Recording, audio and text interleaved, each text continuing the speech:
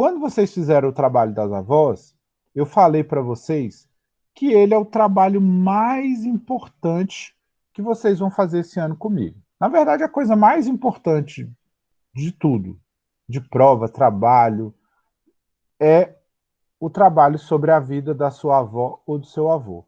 Porque isso está contando a história da sua vida para você.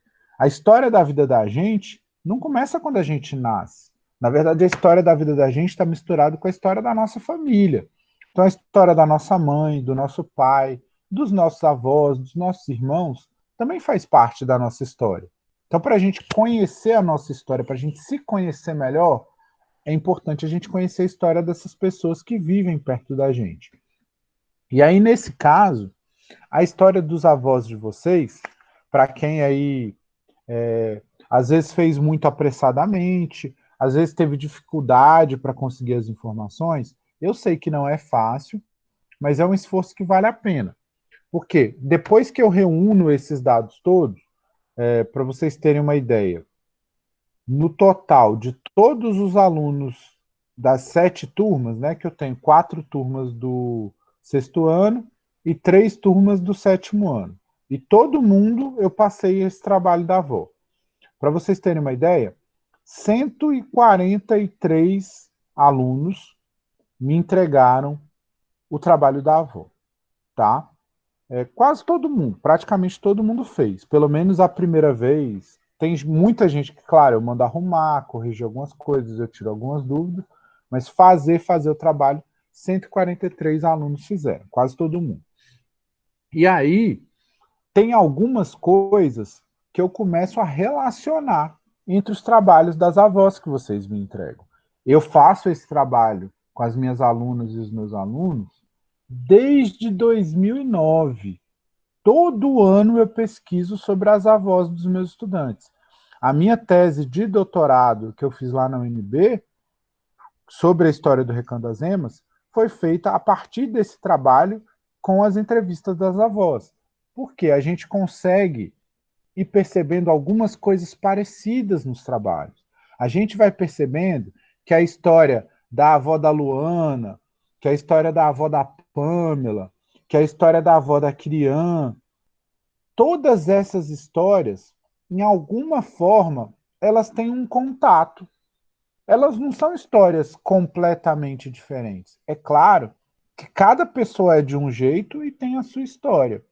Mas todo mundo tem aproximações nas suas histórias de vida.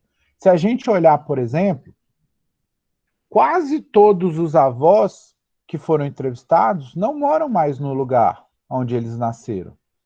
Dos, dos 143 avós que eu falei para vocês lá no começo, só 21 moram no mesmo lugar até hoje. 122 avós saíram do lugar onde eles moravam. E a maioria saiu por quê? Porque a vida era muito difícil, porque estava procurando uma oportunidade de trabalho, porque estava querendo condições de vida melhor para sobreviver. Porque muitos desses avós falaram que a vida no lugar onde eles viviam era muito difícil, ou que tinha que trabalhar demais, ou que era muito sofrida, ou que era até era bom, era calmo, era quente, mas era uma vida muito rural, uma vida na roça. Então essas pessoas precisaram mudar para a cidade em busca de condições de vida melhor, tá? E o lugar da onde mais veio avós e avós, para vocês terem uma ideia, foi o Piauí. De todos os avós e avós que foram entrevistados, 23 vieram do Piauí. Foi o estado mais mencionado. Mas teve 21 que vieram de Goiás, teve 19 que vieram da Bahia, teve 16 que vieram de Minas Gerais, teve 13 que vieram do Maranhão. Então, esses é só para mencionar os estados da onde vieram mais gente. Porque teve gente que falou de vovó que é até de fora do Brasil. Aqui na turma de vocês mesmo teve 2 avós de fora do Brasil. Uma avó do Equador e uma avó do Peru, que são países aqui da América do Sul, né?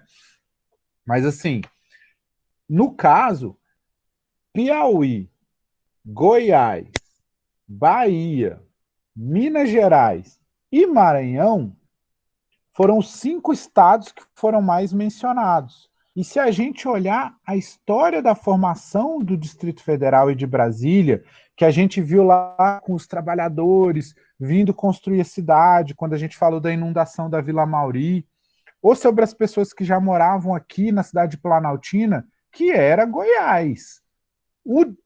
Essa área do Distrito Federal antes era parte do estado de Goiás.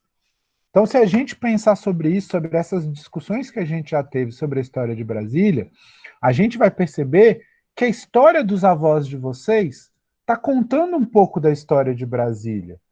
Por quê? Esses trabalhadores que vão construir Brasília, eles vão vir principalmente do sertão do Piauí, do sertão do Maranhão, do sertão de Goiás, do sertão de Minas Gerais, do sertão da Bahia. Era assim lá nos anos 60. E, em grande medida, continua assim até hoje. Muita gente continua vindo desses estados para procurar uma vida melhor no Distrito Federal, para conseguir ter direito a uma moradia no Distrito Federal. Quanta gente não veio tentar ganhar um lote aqui para conseguir dar uma vida melhor para sua família, conseguir um bom emprego? Quantas vezes, quantos de vocês não escutaram seu avô, sua avó contando isso para vocês? Então, para vocês terem uma ideia também, por exemplo, na data de nascimento, o ano em que mais avós nasceram, que me foi falado, por exemplo, foi no ano de 1950, mas teve muitos avós do ano de 1953, do ano de 1948, do ano de 1959, que são todos anos que estão próximos ali da construção de Brasília. Mas também teve avós de 1967, de 1965, de 1968, ou seja, que nasceram alguns poucos anos depois da construção de Brasília. Se a gente fizer assim uma média, a maioria dos avós nasceram perto da construção de Brasília, alguns anos antes da construção de Brasília, ou alguns anos depois da construção de Brasília. Então, mesmo os avós que não saíram da onde eles vieram para morar aqui, têm filhos que são os pais de vocês que vieram morar aqui. Então, a história de todos esses avós, mesmo dos que ficaram onde eles vivem ainda, tem a ver com a história do Distrito Federal. Porque os filhos deles estão vindo para cá morar em São Sebastião, na Ceilândia, no Itapuã, no Paranoá, que são todas cidades que vão se formar dessas pessoas que estão procurando um lugar melhor para viver. Vocês estão vendo como a história de vocês e da família de vocês também é a história do lugar onde vocês vivem e do Distrito Federal? Toda essa relação, a dificuldade, por exemplo, quantos avós de vocês não falaram que tiveram que trabalhar quando eram crianças? 30, deixa eu ver, 12, 24, 48, 54, 54 avós, galera. Mais de um terço, 40% dos avós de vocês que foram entrevistados falaram que a infância deles era trabalhar. Enquanto a infância de vocês foi ir para a escola, estudar, ter várias oportunidades, a maioria dos avós de vocês não completou os estudos, porque até teve a oportunidade de frequentar a escola, mas ao mesmo tempo que tinha que estudar, tinha que trabalhar, tinha que ajudar em casa, tinha que ajudar na roça. Então, quantas vezes a infância deles foi limitada? Foi um sabor quase de não ter infância, porque já era cobrado, já tinha responsabilidade como um adulto, tá? Então, perceber essas vivências dos avós de vocês, a relação que ele teve ou ela teve com ter filhos, com ter netos, porque isso é a continuidade da própria história. Por exemplo, a gente teve avós, na parte do trabalho, a parte mais pulverizada, assim, mas A resposta que mais teve, de 23 avós, foi que trabalhou a vida inteira na roça.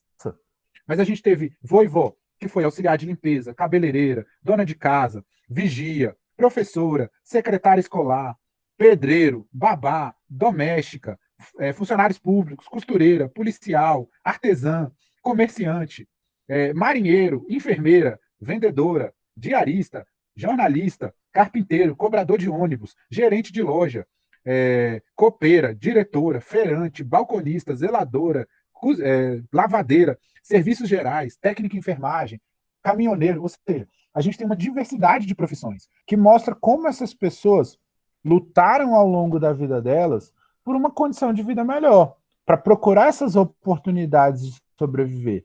Então, as biografias que vocês escreveram, elas servem para vocês conhecerem, mas ela também serve como uma homenagem, para homenagear a luta da sua avó, do seu avô para chegar até aqui. Porque às vezes a gente fica muito concentrado nas pessoas famosas, nas pessoas importantes, com a impressão de que elas só estão lutando, e na verdade todo mundo, todo dia, está numa grande luta. A vida só fica mais difícil, né? A vida não fica fácil. Então, se a gente não se ajuda, se a gente não se valoriza, se a gente não cuida e ama de quem está perto da gente, se a gente não olha para o nosso avô, para a nossa avó e fala, pô, avô, conta uma história, como era no seu tempo, se a gente não tem esse contato para valorizar as coisas que eles viveram, a gente está perdendo uma oportunidade muito grande de valorizar a nossa própria história, tá? Então, nesse sentido, o último comentário interessante que eu queria fazer é que dos 143 trabalhos, só 21 foram do avô. Por isso que muitas coisas eu falo no feminino, porque a grande maioria dos trabalhos, galera, 122 trabalhos foram sobre a avó. Muitas vezes é mais fácil para a gente ter conhecimento sobre a nossa avó do que sobre o nosso avô. Primeiro, porque o tempo de vida das mulheres, em média, é maior do que o dos homens, tá? Homem morre mais assassinado e homem morre mais de doença, porque as mulheres cuidam melhor da saúde do que os homens, né? Então, a estimativa, o tempo de vida, em média, que as mulheres vivem é quase 10 anos mais do que o dos homens. E ainda tem uma outra coisa. As mulheres dificilmente abandonam a família delas. Então, a mulher pode ter os perrengues que for na vida. Normalmente ela fica lá e cria os filhos dela. Enquanto que, muitas vezes, a mulher cria a família sozinha. Porque o homem vai fazer outra família, ou foge, vai embora, vai procurar vida em outro lugar e larga a mulher e os filhos para trás. Então, muitas famílias são geridas, são cuidadas apenas pela mulher. E aí, muitas vezes, quando você vai entrevistar, só tem a avó para entrevistar, não tem o avô. Ou então, quando você vai perguntar para o seu pai ou para sua mãe, eles só sabem da mãe deles. Eles não sabem tanto do pai deles. Infelizmente, isso é uma coisa que ainda é muito comum.